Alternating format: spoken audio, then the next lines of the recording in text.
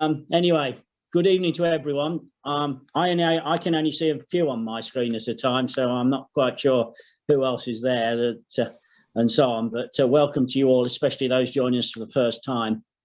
I probably could say at this point, Joy needs no introduction, but it would be impolite not to say, of course, that she's obviously very well known, having been the immediate past president, organiser of the Draw Club. So we'll get a plug in for that for you, Joy. Thank you. And also, of course, most recently, again, Coventry District Secretary. Obviously, tonight, there will be quite a lot of historic information coming out, and I'm sure many members will be remember the peoples and names and events that went on far better than I, who was not in the county at the time.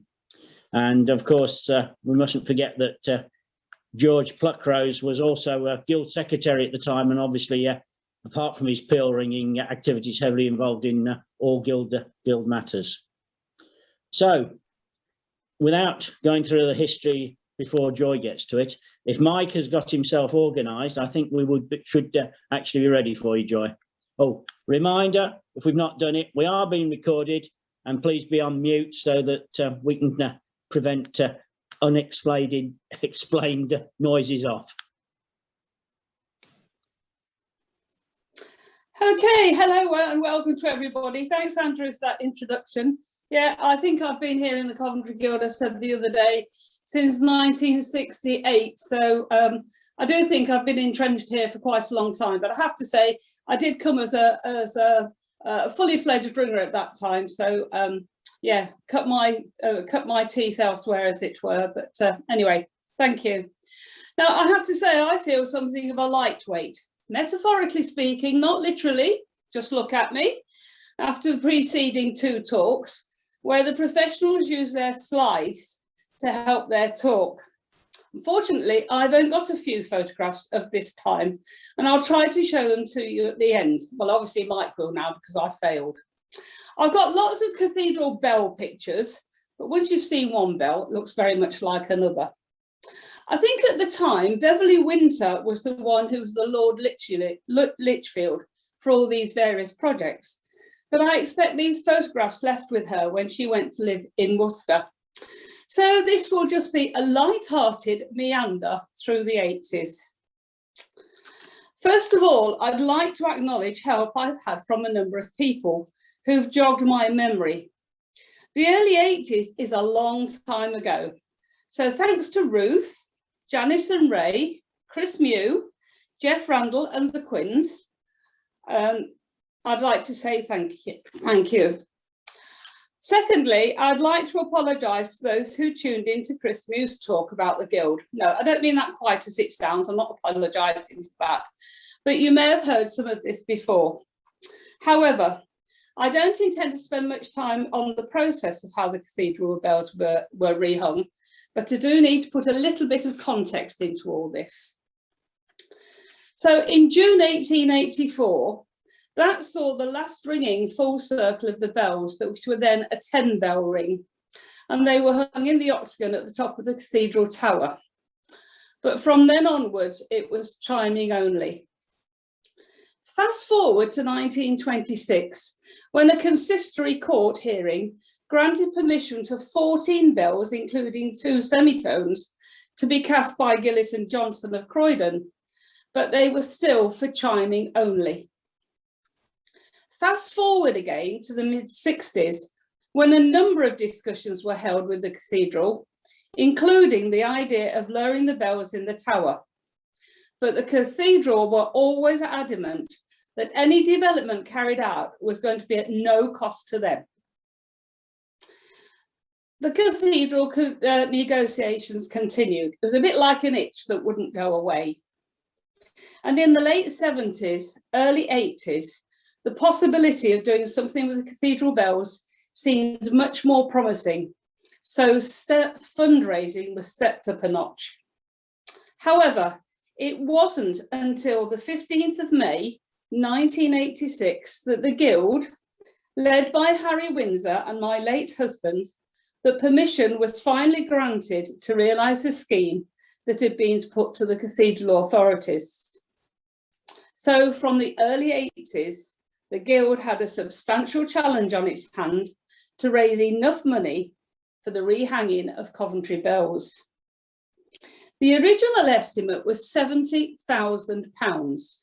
Now, I did a quick calculation today on the internet, and that would equate to £209,764.19 in today's money.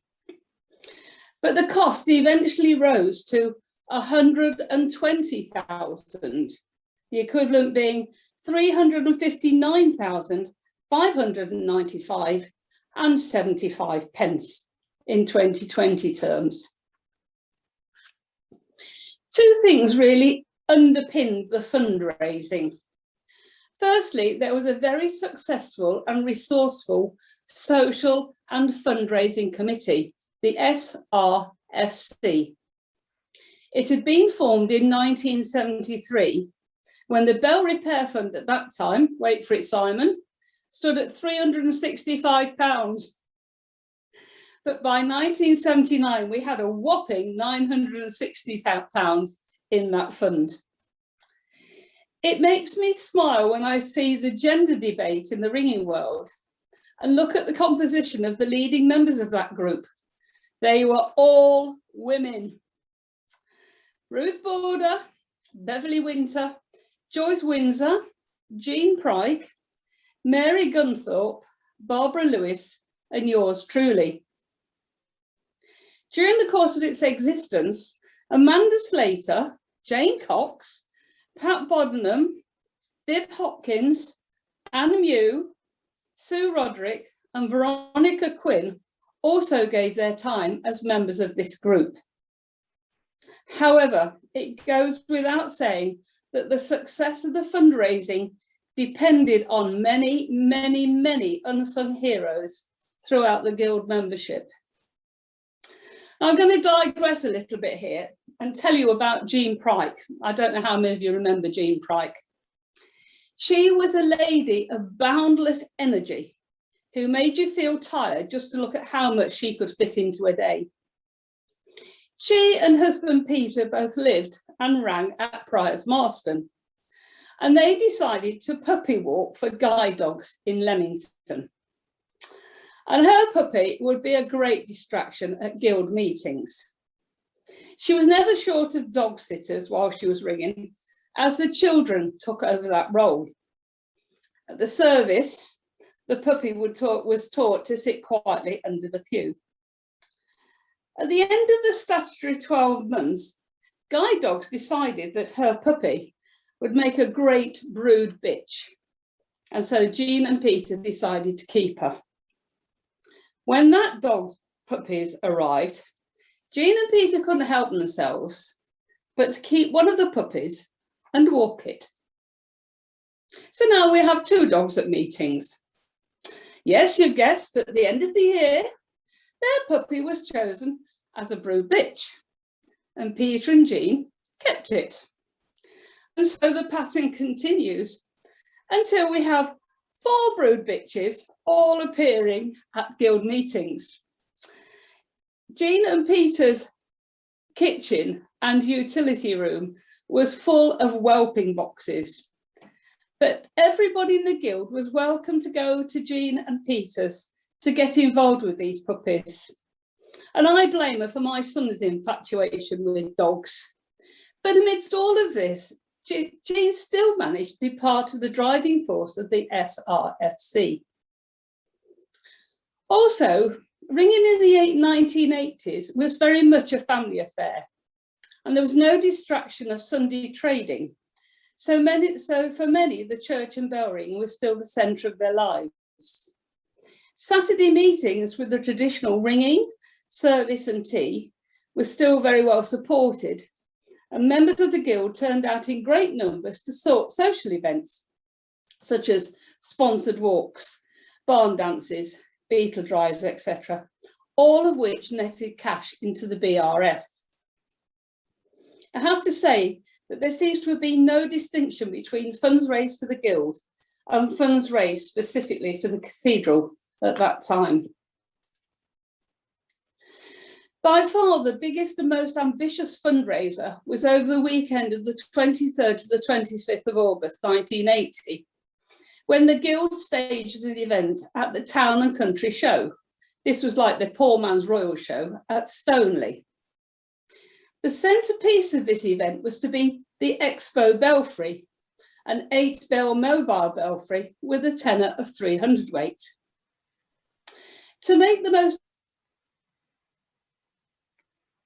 we believed we needed a sponsor. And to our delight, we gained a sponsorship from, of all people, Mr. Kipling Cakes. Side to that was that my hallway was for many days blocked by hundreds of mistakes. We also had a second problem. We needed to transport the belfry, and it could only be transported with a high-ab crane, a very rare piece of equipment in those days. The haulage company also to standard transport costs themselves. Started across the Guild. Bell ringers from all areas of the Guild trying to spot high-ab trucks, taking details and using their powers of persuasion. I'm not quite certain who got that high-ab truck eventually, but it worked. The high-ab was found and the belfry arrived safely at Stoneleigh. And there was a great assembly of men that stood by to erect it. All morning they huffed, they puffed, they worked with blood, sweat, tears and a lot of choice language, but the belfry wouldn't go up. Now, such was the interest in the cathedral project that many non-ringing parishioners around the Guild turned their hands to help. And my neighbours, Doreen and Brian, had come to Stoneleigh to help to lend a hand. Brian was an engineer, so hoped to put his skills to good use. However, we could see the erection of the Guild was the belfry was getting nowhere. So Doreen, we always call her Lady Doreen as she seems a bit of a cut above the rest of us, suggested that she and I might go on a recce to see if we could find some extra help. Almost instinctively, but no disrespect to Lady Doreen, she led us to a tent full of Royal Engineers, would you believe? Flashing her eyebrows and a bit of leg, she explained the dilemma and asked for help. Well, who would refuse, Lady Doreen? The army arrived, the belfry went up to next to no time, and the centrepiece was ready. As well as the belfry, we had banners and stalls, and we also had an upturned bell in the centre of the circle, surrounded by sheep penning. People were encouraged to throw 10p coins at the bell, and if it rang, you got a free Mr. Kipling cake. When it all went a bit quiet, we gave our children the 10p pieces to throw, and their noise attracted the crowds again. Naturally, the belfry had to be guarded overnight, and this saw my family and I camped out for a couple of nights on security duty. I've never slept with a belfry before, not since. Over the course of these 3 days, many members of the Guild came to help us to man the belfry and the stalls, and over 100,000 people attended the show. At the end, guess who lowered the belfry? Yep, the army came to our rescue again. Unfortunately, we don't seem to keep a balance sheet, so I'm not certain how much money was actually netted that weekend, but the PR was fantastic. Another amazing amount of money was raised by members of the Guild who took part in a sponsored walk along the Grand Union Canal and Stratford Canal from Hatton to Wootton Wallen, a distance of some 10 miles. It was an overcast but dry day, in some ways ideal for walking. Over 100 members of our Guild took part in that walk, and those who couldn't walk acted as helpers at strategic points along the route. I think we all felt that our children were pretty safe following the canal. Well, they could all swim, As usual, the children couldn't wait for the adults and charged off ahead. However, what we hadn't reckoned with was a diversion on a gantry right out over the canal, something part of the ongoing work of extending the M40 from Warwick towards Birmingham. I think our hearts were in our mouths for a few seconds when we saw how potentially dangerous this could have been. But all's well that ends well, and the kids were safe. Now, listen to this. An amazing £1,000 was raised on that day alone from that sponsored walk. Incredible.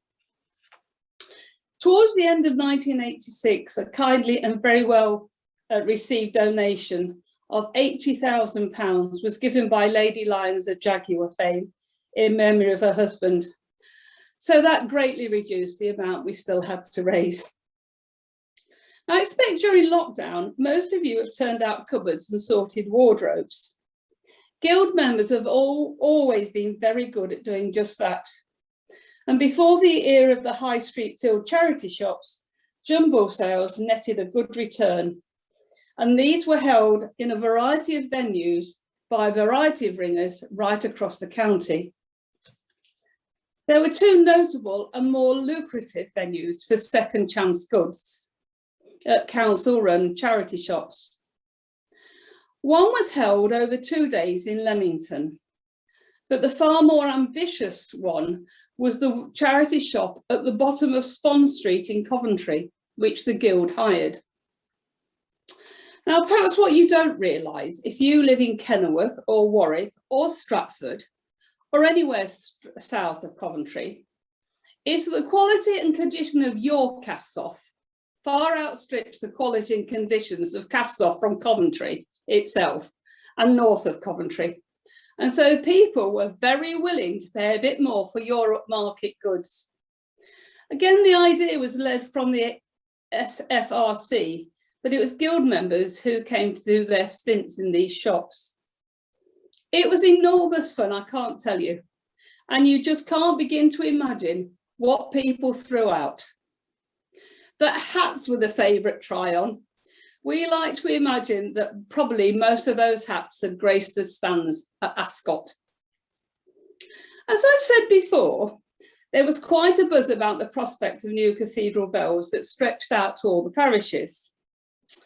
I received a phone call from an elderly lady, Mrs. Essex, a stalwart of Balkington Church, to ask if I'd like to collect for the charity shop the clothing belonging to her recently deceased husband, which I duly did and deposited several good quality suits at the shop.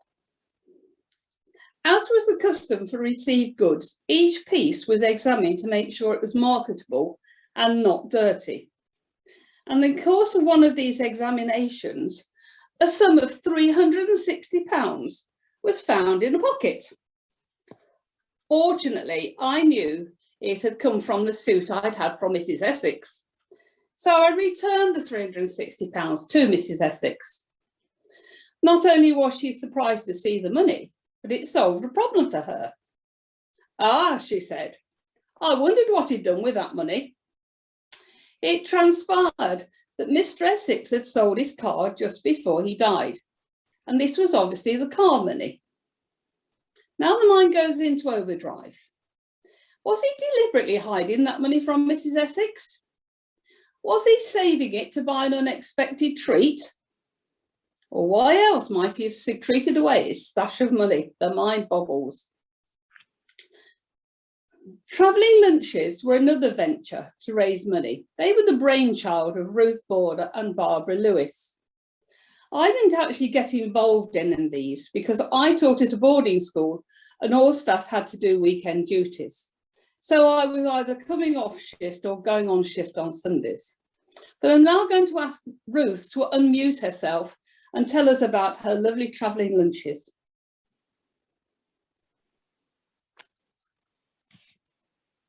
That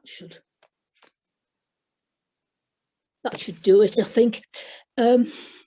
We had seven or eight of these Sunday lunches, 3-course efforts, with a course each course is a different venue, mostly in people's houses, occasionally in halls. There were about 25 people used to come on these events. We did it by areas, hopefully, so that people didn't have to travel too far, going down to Brailes on one occasion, Ulster and Bidford on another occasion. Bidford made its name by doing a sweet course with a magnificent green marzipan monstrosity, really, but everybody ate it, so that was all right. And we also had some beautifully presented starters at Stoneleigh, which I remember. All in all, it was hard work for the people doing the main course. If you think of cooking 25 main courses in a domestic kitchen, it's not the easiest, but they were very sociable events because everybody mixed up as they moved from place to place. And we did make a small amount of money. Right, back to Joy.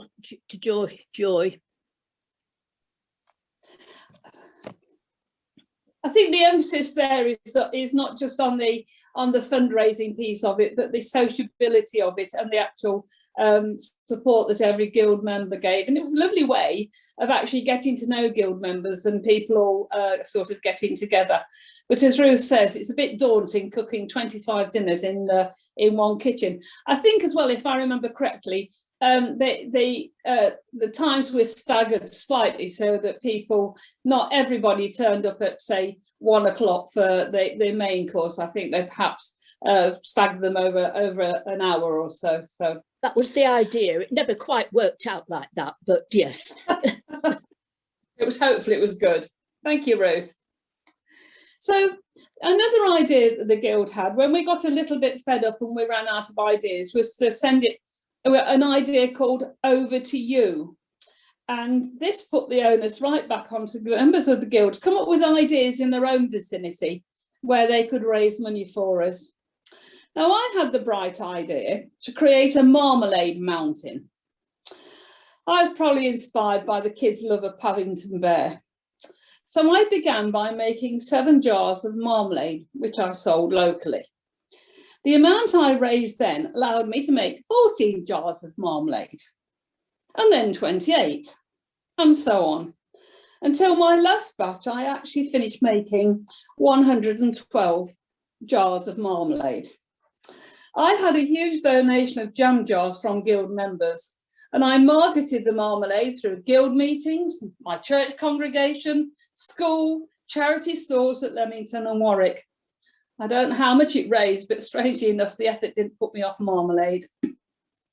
Peter and Veronica Quinn remind me of another initiative for fundraising when we put this into the hands of individual members. Coventry was due to host the Central Council Annual General Meeting in 1987 to coincide with the dedication of the bells. So homes were opened up to delegates to act as B&Bs. The Quinns remember hosting Eric Godfrey from the Surrey Association for 2 nights. The money he was charged at a rate set by the Guild was given to the Cathedral Bells Appeal. And I'm sure there were many, many other hosts over that weekend, although I can't remember who they were. But if you were one of them, thank you for hosting people over that weekend. The bell frame at the cathedral was installed between the 8th and the 22nd of March, 1987, and there was a tryout on the 7th of April. The fantastic achievement was heightened by the fact that not only would the bells be rung for the 25th anniversary of the new cathedral, but the dedication would take place over the weekend visit from the Central Council. As you all know by now, permission to ring the bells before the dedication was given to celebrate the cup final win of Coventry City Football Club. And they donated £1,000 which Jeff Randall was asked to go and to receive at a match. Bad luck, Ray. You didn't get invited. You were most stalwart of all their supporters. Ruth found a Daily Telegraph cutting. It actually made the Daily Telegraph, and I'll try and show it at the end on the PowerPoint presentation. That was on the 18th of May, 1987, and entitled Bells End 100 Years Silence for the Cup. But the big day was the 25th of May, 1987, when the 12 rang out in all their glory. The first quarter peal, Stedman Sinks, was rung on the big bells immediately after the service of dedication. And over the weekend, many ringers attending the council had the opportunity to try them out. A cheque for £20,000 was eventually handed over to Canon Michael Sadgrave at the AGM in Coventry Cathedral in 1988, although the final total actually came to £22,000. And the inland revenue gave us back 1,000. Ruth too found a cutting of this in the Coventry Evening Telegraph in April 1988. I'd just like to pay a tribute here to Canon Michael Sadgrave, who was our champion throughout the period of getting the bells ringing again. He was so supportive and so approachable, and he helped us greatly to liaise with the cathedral authorities. But a bonus for the main players in this great project came when Canon Sadgrave moved to Westminster Abbey, and a group of us were invited to go to the Abbey and ring. However, the story of people's generosity didn't end there. There was a tremendous amount of rope noise due to the fact that most of the bell chamber is surrounded by glass and has very little soft surfaces. But riding to the rescue came Robin Guy. He was at that time the CEO of Courtaulds, well known for its textile industry in Coventry. Robin managed to get for us a substantial amount of heavy-duty material, which his wife Elizabeth then made into curtains for the belfry. This was no mean task when you consider the length of each window probably is about 25 feet tall. Catherine Jameson's, Robin and Elizabeth's daughter, tells me that she can remember her mother cutting out these curtains on a very, very large table. But then Elizabeth had to have help when trying to sew them, as they were too heavy for her to manage on her own. I asked Mike if he could remember how these curtains were hung, and he said, "The ringers used the long ladder that's behind the tenor. We drilled a hole in the wall and also one through each end of the long wooden batten. We climbed up the ladder, put the batten in place, then raw bolted one end of it to the wall. We moved the ladder to the other side, drilled a hole in the wall, dragged up the other end of the batten by hand, rotating it on the first bolt. Raw bolt fitted, and the batten was there ready in place." He says that he remembers being at the top of the ladder.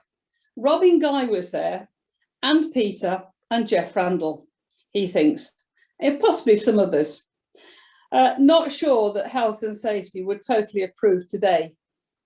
Lightweight cloth was then put on the battens to see if there was any effect on the refurb. When it was found to be effective, the heavy curtains made by Elizabeth Guy were then hung. They've only been taken down once and cleaned about 4 years ago, when we couldn't ring at the cathedral for a few weeks because part of the tower was being renovated. In the middle of the belfry is a very large octagonal table with storage cupboards. This was designed and made by Hubert Ashley, a master builder and carpenter who was also a ringer at Bulkington and a lifelong member of the guild. The seating round the outside was also made by Hubert, but we think the cushions on top came out of the upholstery room, again at the Jag. We're not entirely certain. You will realise the success of the venture to rehang the bells at the cathedral, and also adding the finishing touches, was a whole guild effort. I doubt that there were many members at that time who didn't contribute in one way or another to this great project. I believe that this same sort of enthusiasm and loyalty was again demonstrated when we rang the 90 for 90 for the Queen's 90th birthday. And I make no apology for doing a bit of advertising here in the hope of trying to recapture that kind of interest. I'm probably talking to the converted here anyway. None of us know when ringers and ringing might be, when we're allowed to return to our towers. But there are 3 opportunities for meeting together socially which are in the planning. And I would urge you all to put these dates in your diary. July the 17th, we should all be free, and it's the Guild Social Quarterly. And we're hoping to be able to visit 3 towers, including the cathedral, for ringing. This will then be followed by a social in the evening, a real old-fashioned sort of social with either a Beetle drive or a Skittles evening or something, when we can come together as a guild and do a bit of socialising. On the 25th of September, we're hoping to reinstate the old annual guild dinner, but that has still yet to be approved. And here you are, Mark, my bit of advertising for you. The December the 11th is the Guild Carol service at Stratford. Although the restoration of the cathedral bells was a whole guild effort, the present quorum of cathedral ringers doesn't reflect that. The ringers mainly come from the Coventry district and are ringers at other churches. On a Sunday, we all go to ring and worship in our own parishes and then rush down to the cathedral for approximately 11:30 to ring after the morning service. The actual start time depends on the length of the sermon and who the visiting choir is. We ring for about an hour. On the 2nd and 4th Sundays, we return at 2:45 and ring a quarter peal before evensong. Practice night is a Thursday from 7:30 till 9. Everyone is always welcome, although you need the magic key code to get in on Thursdays, that's available from Andrew. We've tried to encourage the other districts to use the bells on the Sunday afternoon sessions for quarter peals. It doesn't have to be on the 12, 10 and 8 are equally acceptable. However, we've had very little support. So how about a new resolve when we get back to normal to use it as a whole guild? Thank you for listening. And I might be classed as an anorak for my enthusiasm for ringing, but I can only say what a lot of fun I've had over the years and what generous and wonderful people I've met. I'll see now if we can just show 1 or 2 of these slides. They're not very clever because I'm not a clever person, but Mike might be able to show them on the screen.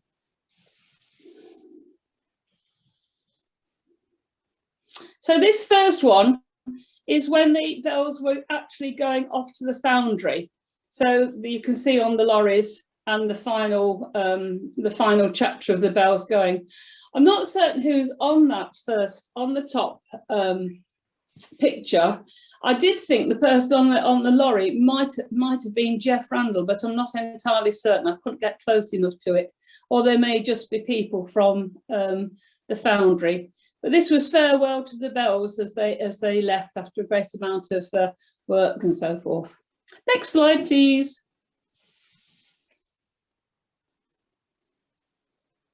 Next slide.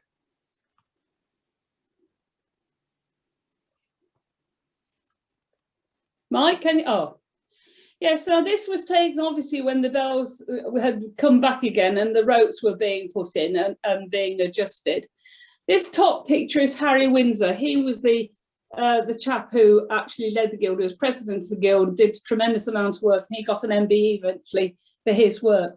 I am not certain who that guy is standing next to him, although I think he might be the clerk of the works to the cathedral. If anybody's got any idea, unmute themselves and tell me who he is. Anybody recognise him?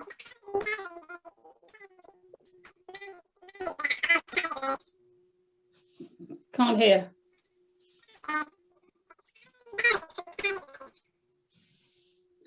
This picture underneath, I talked earlier about Jean and Peter Pryke. They're the couple standing by the door to the belfry. That's Jean and Peter over there.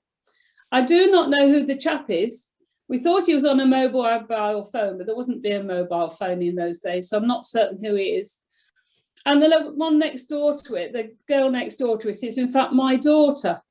And I sent her this, and I sent this to her and said, "Is this definitely you?" And the answer came back, "Yes, it is, Mother. And why haven't you done something about my hair?"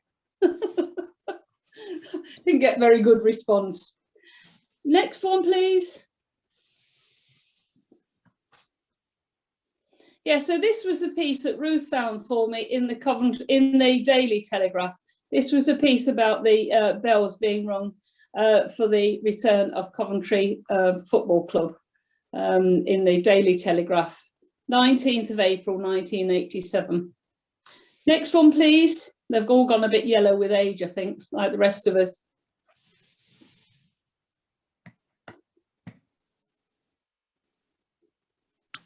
And this is when the cheque was, the big cheque was given to Canon Michael Sadgrove. That's Canon there receiving the cheque, with the Bishop Barrington Ward actually standing behind him. On there also, I could find Peter Pryke and I could find my husband, and I couldn't make out whether I was in that white or whether in fact that was Margaret Pratt. I couldn't light up high enough to actually find out who all those ringers were, but you can see the people there at the meeting when the cheque was handed over. Next one, please.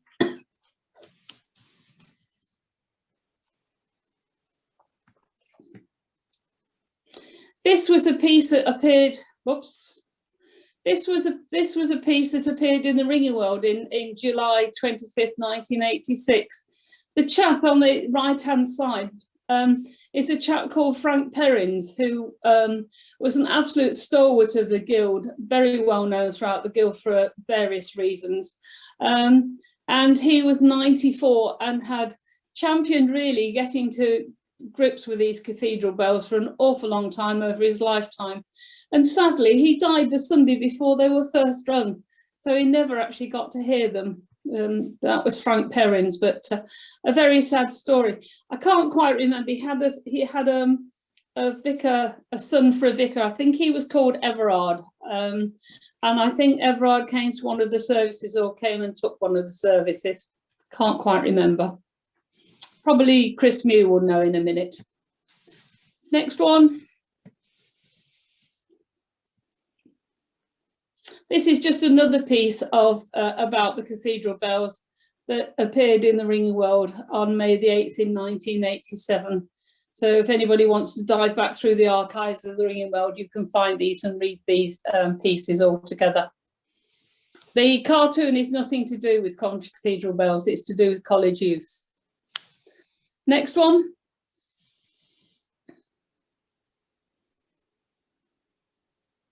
Yes, this is Chris's piece, Chris Mew, who at that time was the ringing master of the Coventry Guild. And this is about the whole service and so forth. Who took it? The Archbishop of York was here. It's a very interesting article for you to read. It's on the internet, you can get hold of it on there, but it's a really interesting article. And at the bottom is the quarter peal card of the first quarter peal at the cathedral, the quarter peal of Stedman Sinks, with all the people on there. And the last one.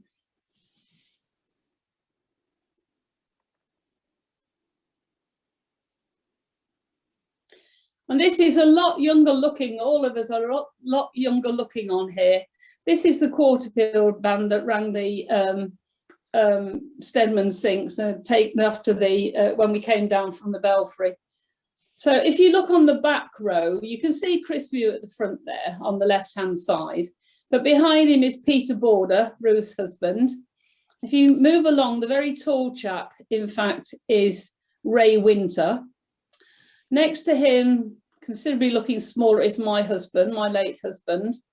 Keep coming along that back row and you'll find Jeff Pratt. And then you can see Simon on the end, on the right-hand side, Simon Rogers. And then on the front row, there's Chris on the left. Next to him is John Illingworth. Then there's me. Tucked in behind is Robin Guy, then Jane Rogers, Jeff Pratt, and finally on the right-hand side is Ruth Border. But we're all considerably younger than that and so forth. And when I looked the other day looking at this, we've lost 5 of those members. 5 of those members are still not with us any longer. But we are, what, 40 years on, not quite. Yeah, we're a long way on from that time when that happened. So there we are. Thank you for listening, and yeah, I hope you enjoyed it. It was just a romp through the 80s, but a lot of fun.